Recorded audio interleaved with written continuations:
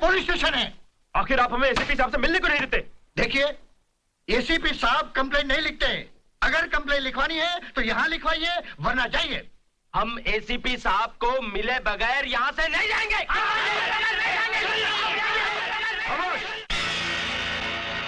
क्या शोर है ये? क्या बात है हवलदार? साहब, बल्लू टाइगर ने हमें बहुत मारा। देखिए क्या हाल बना दिया उसने हमारा। बल्लू टाइगर ने मारा? मारा तो मारा, और कहा कंप्लेंट भी दर्ज करवा देना। अगर हम उसके बारे में कंप्लेंट नहीं लिखाएंगे तो फिर से मारेगा साहब। हवलदार, कंप्लेंट लिख लो इनकी। नहीं नहीं, उसने सख्ती से कहा है कि हम कंप्लेंट सिर्फ आपके पास ही लिखवाएं।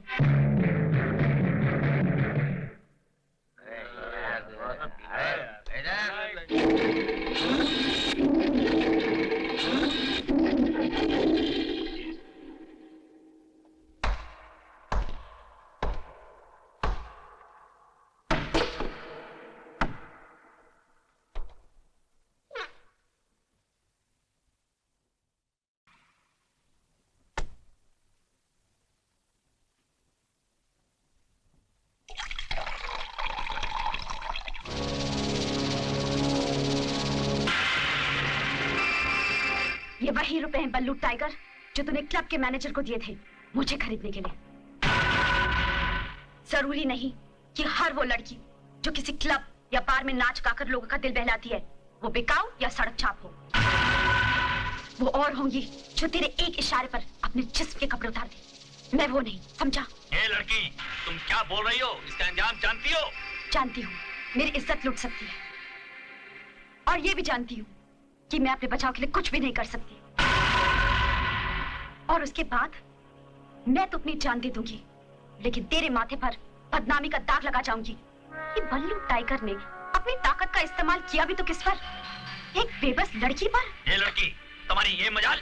ए मुस्तफा, छोड़ दे इसे। जाओ।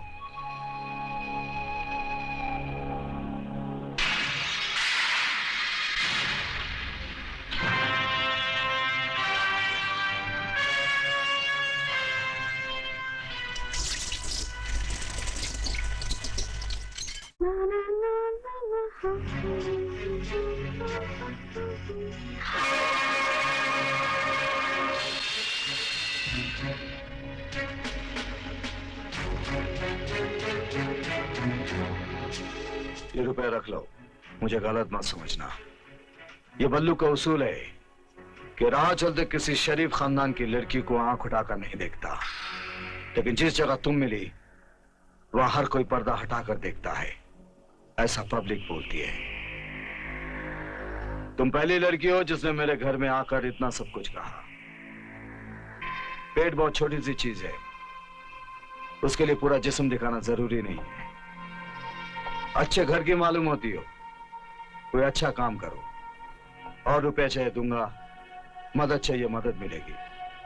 लेकिन मेरे मोहल्ले में रहने वाली कोई लड़की क्लब में नाचती हुई नजर आई तो फिर माफी भी नहीं मिलेगी। बल्लू, अभी तुमने कहा कि मैं तुम्हें किसी अच्छे घर की मालूम होती हूँ, तो फिर तुमने कैसे सोच लिया कि मैं ये रुपए रख लूंगी? आज तक जितने भी लोग मिले सब पैसा फेंकने वाले ही मिले, लेकिन तुम पहले ऐसे इंसान हो जो रुपयों के साथ साथ नसीहत भी देकर जा रहे हो। तुम्हारी दी हुई नसीहत रख लेती हूँ, लेकिन रुपए वापस लेकर जाओ। हाँ।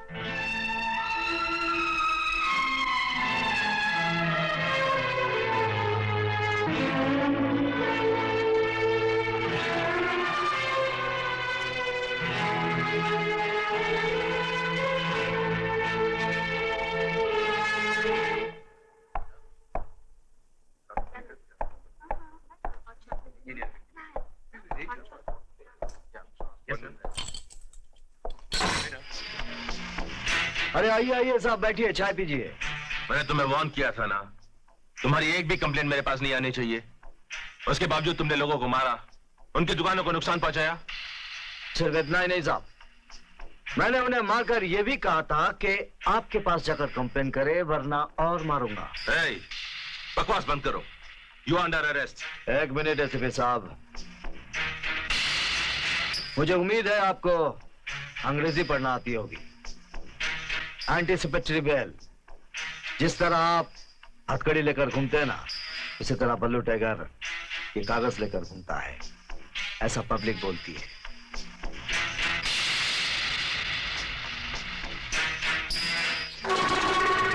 ये पेपर नहीं, लॉलीपॉप है, जो राजनीति की गोद में बैठे हुए तुम जैसे आवारा बच्चों को बड़े प्यार से दिया जाता है।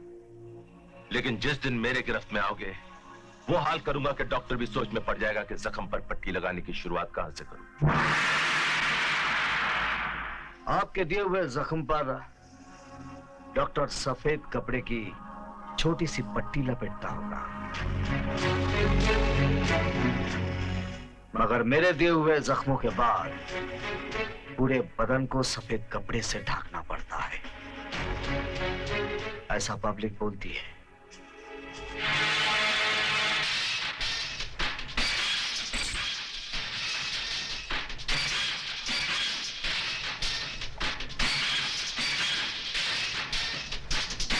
अरे जीजा जी, इतना पैसा देख के इनका हट्ठल हो जाएगा और आपको फांसी हो जाएगी। छी छी कैसी फांसी। अगर ये काम 3 साल पहले हो जाता तो सरकार जगतपाल की नहीं बख्शी साहब की होती। खैर तेरा है लेकिन दुरुस्त है। जाओ, जिसको खरीदना है खरीद लो बख्शी, और बना लो अपने पोपट। मेरा मतलब है अपनी सरकार। अब होगा ना उसका फुल एंड फाइनल। कमाटी पूरा हम नहीं, वो जगतपाल जाएगा। जरूर जरूर। लेकिन बख्शी साहब, एक बात ध्यान रखिएगा कि कुर्सी मिलते ही गिरगिट का माफिक अपना रंग मत बदलिएगा, नहीं तो अंजाम बहुत बुरा होगा। क्योंकि आपका राजनीति में जिससे दुश्मनी हो जाए उसको कुर्सी से उतारते हैं, लेकिन हमार धंधा में जिससे दुश्मनी हो जाए उसको सीधा कब्र में उतारते हैं। अरे नहीं रे। अरे ये बैग नहीं है, ये तो फेविकोल है, फेविकोल। ये मुझे और बजरंग को आपस में मजबूती से चिपका देगा। हाँ, मैं तो टीवी की तरह रहूंगा। मेरा रिमोट कंट्रोल बजरंग के हाथ में रहेगा। टीवी पे सिर्फ मेरा चेहरा दिखाई देगा। चैनल तो बजरंग ही बदलेगा। क्यों बजरंग?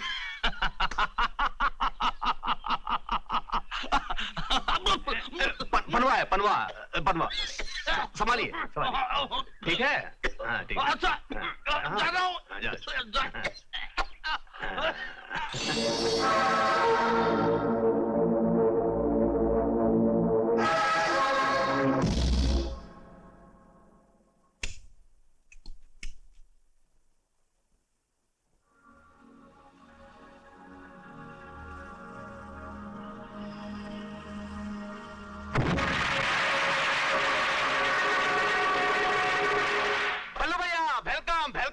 हमरे जीजा जी के जिगर के टुकड़े, हमरे जीजा जी की जान, कलेजे के टुकड़े, फड़फड़ाते फेफड़े, वेलकम। अरे मामा बस हो गया, बस अब काम की बात करने दो। बल्लू, तुम्हें जितना दिया जाता है उससे कहीं ज्यादा है, ले लो, टेक इट। काम क्या है?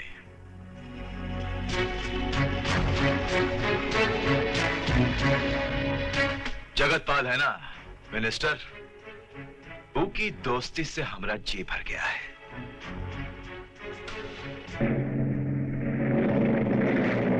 जिससे आपका मन भर जाता है आप उसे शमशान भेज देते हैं, ऐसा पब्लिक बोलती है। इतनी शानदार पार्टी तो तुमने मिनिस्टर होने के बाद भी नहीं दी थी। क्या सभी एमएलए को लपेटकर जेब में रख लिया है क्या? अरे क्या बात कर रहे हैं आप भाई, मैं इतना बड़ा पॉलिटिशियन कहाँ हूँ। सही बात है, इस मुकाम पर आने के बाद हर इंसान के लिए ये सब बातें मजाक सी हो जाती हैं। जगतपाल, मैंने माल लगाने का प्रॉमिस किया है, तुम अपने वादे से मुकर ना जाना। हैं? आहिस्ता बोलिए जैन साहब, कोशिश कीजिए कि नशे में सिर्फ कदम ही डगमगाएं, जबान नहीं, क्योंकि अभी कुर्सी हाथ में आई नहीं। क्या पता हमें गिराने के लिए कौन कहाँ निशाना लगाए बैठा हो। है? सही बात है।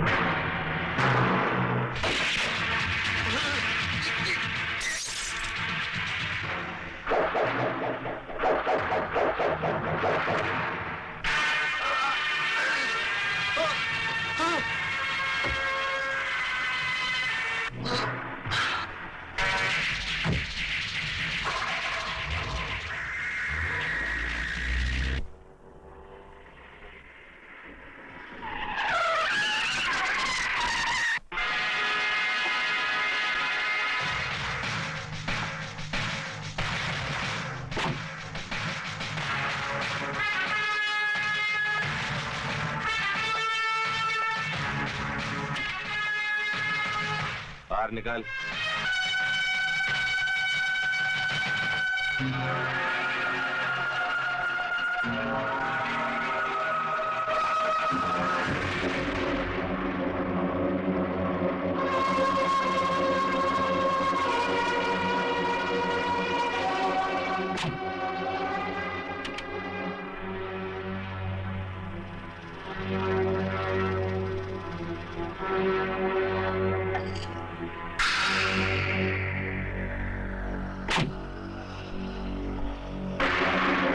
तुझे ये बताने की जरूरत तो नहीं कि गाड़ी तेज चलाना और सिग्नल तोड़ना दोनों जुर्म है, मगर तुझे तो कानून तोड़ने में बहुत मजा आता है ना?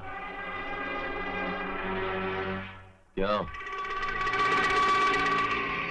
आता है ना मजा? हाँ?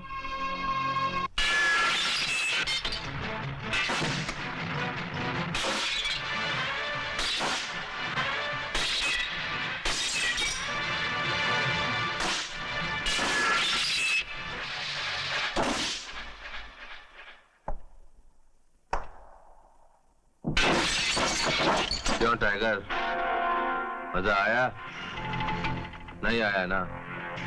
मुझे भी नहीं आया, क्योंकि मैं बेजान गाड़ियां नहीं, मुजरिमों की हड्डियां तोड़ने का आदी। बाय द वे, गाड़ी इतनी तेज मत चलाया करो, कहीं रोड एक्सीडेंट में मारे गए तो सरकारी गोलियों का क्या होगा? और एक बात और,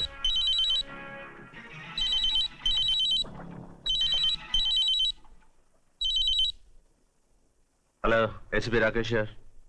हेलो सर, जगतपाल को गोली मार दी किसी ने। कब? थोड़ी देर पहले। कौन सा हॉस्पिटल में? गांधी हॉस्पिटल। अच्छा ठीक है, तुम व्हाइट हाउस में अभी पहुंचता हूं। Okay sir.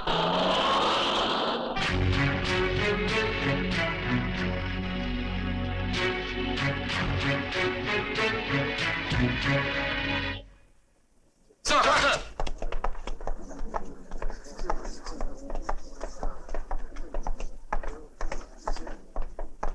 डॉक्टर साहब, mister Jagatpal. I am sorry, is no मोर।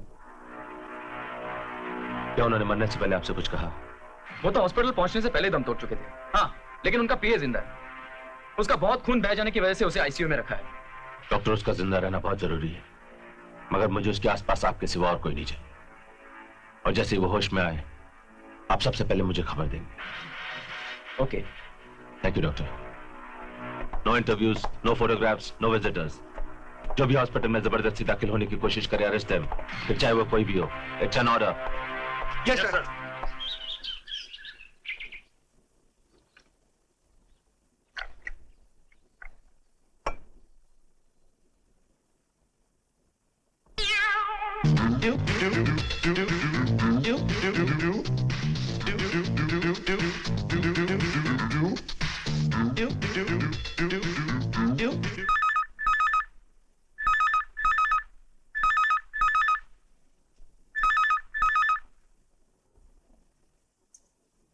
की तरह क्या इशारे कर रहा है? बेबी जी, आपने इनकी खामोशी से कुछ अंदाजा नहीं लगाया? कैसा अंदाजा? माशाल्लाह कितने खूबसूरत हैं। अल्लाह करे कभी नजर ना लगे, लेकिन आज चेहरा एकदम उतरा उतरा सा है। साफ पता चल रहा है कि साहब का फिर से ट्रांसफर होने वाला है। क्या? और नहीं तो क्या, देखा नहीं, आज साहब की कैफियत बिल्कुल वैसी है जैसे शादी की पहली रात को होती है। कुछ कहना तो चाह रहे हैं, लेकिन कह नहीं पा रहे हैं। आप सच कह रहे हो बन्ने खां, कल रात से देख रही हूँ, बड़े उखड़े उखड़े से लग रहे हैं। जी ऐसा कब तक चलेगा? हम कब तक दर बदर की ठोकरें खाते रहेंगे? कब हमारी शादी होगी? कब जाके हमारे बच्चे होंगे? बुढ़ापे में मालूम पड़ा अपने बच्चे को घुमाएंगे तो लोग कहेंगे, वो देखो बन्ने खां अपने पोते को घुमा रही है। आप ठीक कह रहे हो बन्ने खां, आखिर कब तक भटकते रहेंगे हम? आज फैसला होकर रहेगा, या मैं नहीं या नौकरी नहीं। हाँ जी ठीक है, हाँ ठीक है, ओके।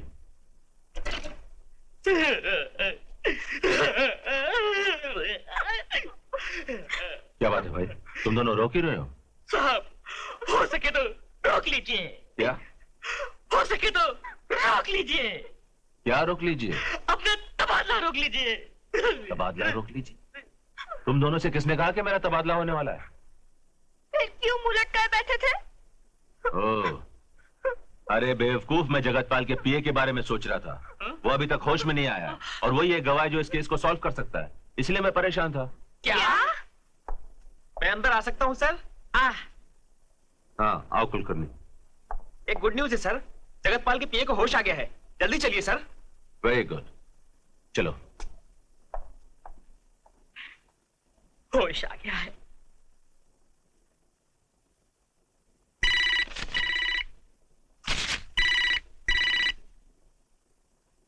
हेलो, बजरंग पांडे को फोन दे। आप कौन बोलते हैं? अभी मैं बोलेगा, मैं पप्पू कंगी बोले ला है, तू यकीन करेगा क्या? सवाल मेरा पहले है, तू कौन है बोल। कौन बोलते हैं? कौन बोलते हैं? हरामखोर बुड़बक कहीं क्या? अरे जास्ती भंकस नहीं तो फोन में हाथ डालकर तेरी जबान ऐसी खींच लूंगा ना, जैसे 2 नंबर करने के बाद पानी चलाने के लिए जंजीर खींचते हैं ना। अभी चल तेरे हरामखोर जीजा को फोन थमा, चल। हाँ ठीक है, रुकिए, स्टॉप कीजिए, हम अभी बुलाता हूँ। हरामखोर जीजा जी, हरामखोर जीजा जी। कहाँ बकवास करा रहे कुत्ते का बच्चा? अरे हम थोड़ी ना बोल रहा हूँ, ये दूसरी तरफ फोनवा में कोई आपको हरामखोर बोल रहे हैं। हम थोड़ी ना बोल रहे हैं। ठीक है। हेलो, क्या बजरंग बिड़ो, रोड की हरियाली घर में आई तो पूरे खानदान के साथ मुंबई में सेटल हो गया? ये कौन बदतमीजी से बात कर रहा है साला? ए साला मत बोल, बहुत भारी पड़ेगा, किसी को भी पूछ ले, क्योंकि अपन बहन की शादी में दहेज देते नहीं, दहेज लेते हैं। फुटपाथ पे आ जाएगा, खाली हो जाएगा। अभी तो एक काम की बात सुन, अपन जगतपाल के घर में चोरी करने के लिए घुसा था, अपने को टिप मिली थी कि उसके घर में हवाले घोटाले का बहुत माल है, तो अपने को वहां रोकड़ा तो मिला नहीं, लेकिन एक डायरी मिल गई लिए, और उस डायरी में जगतपाल ने बिंदास लिखेला है कि अगर वो यानी कि जगतपाल मर गया तो उसकी मौत की जिम्मेदारी बजरंग पे होगी। टन टन टन। कौन बोल रहा है? अबे लल्लू, ऐसे फोन ब्लैकमेलर नहीं करेगा तो कोई शरीफ आदमी के पास इतना टेम है कि तेरे जैसे खतरनाक सांप के बिल में हाथ डाले? अभी सीधे सीधे काम की बात कर बाबा, 50 लाख ला और ये तेरी 50 रुपए की सड़ेली डायरी लेके जा। मौत के सौदागर से सौदा कर रहा है। ए स्टाइल झाड़ना नहीं बाबा, अपने पास ये डायरी के 10-20 जेरोक्स है, डराना कहीं और इधर नहीं, समझा ना?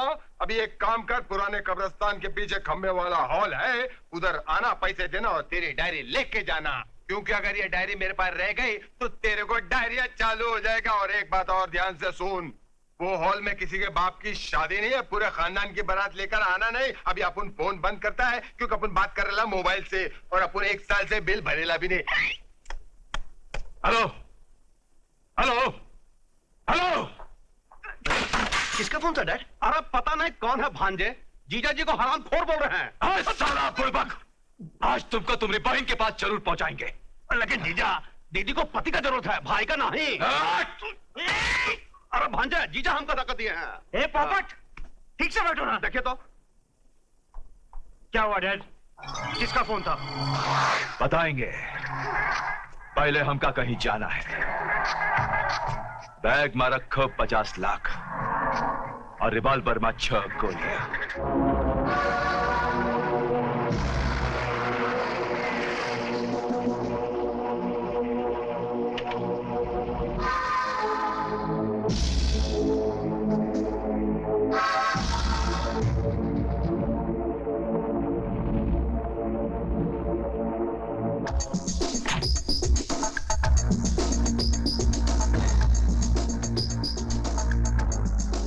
खुशामदे, सुस्वागतम, वेलकम मिस्टर पांडे।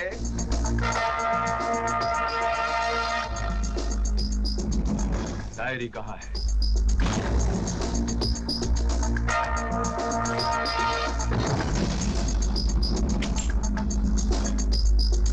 बजरंग को ब्लैकमेल करने से पहले लोगन से बजरंग के बारे में पूछ लेते तो तुम्हारे लिए सही होता।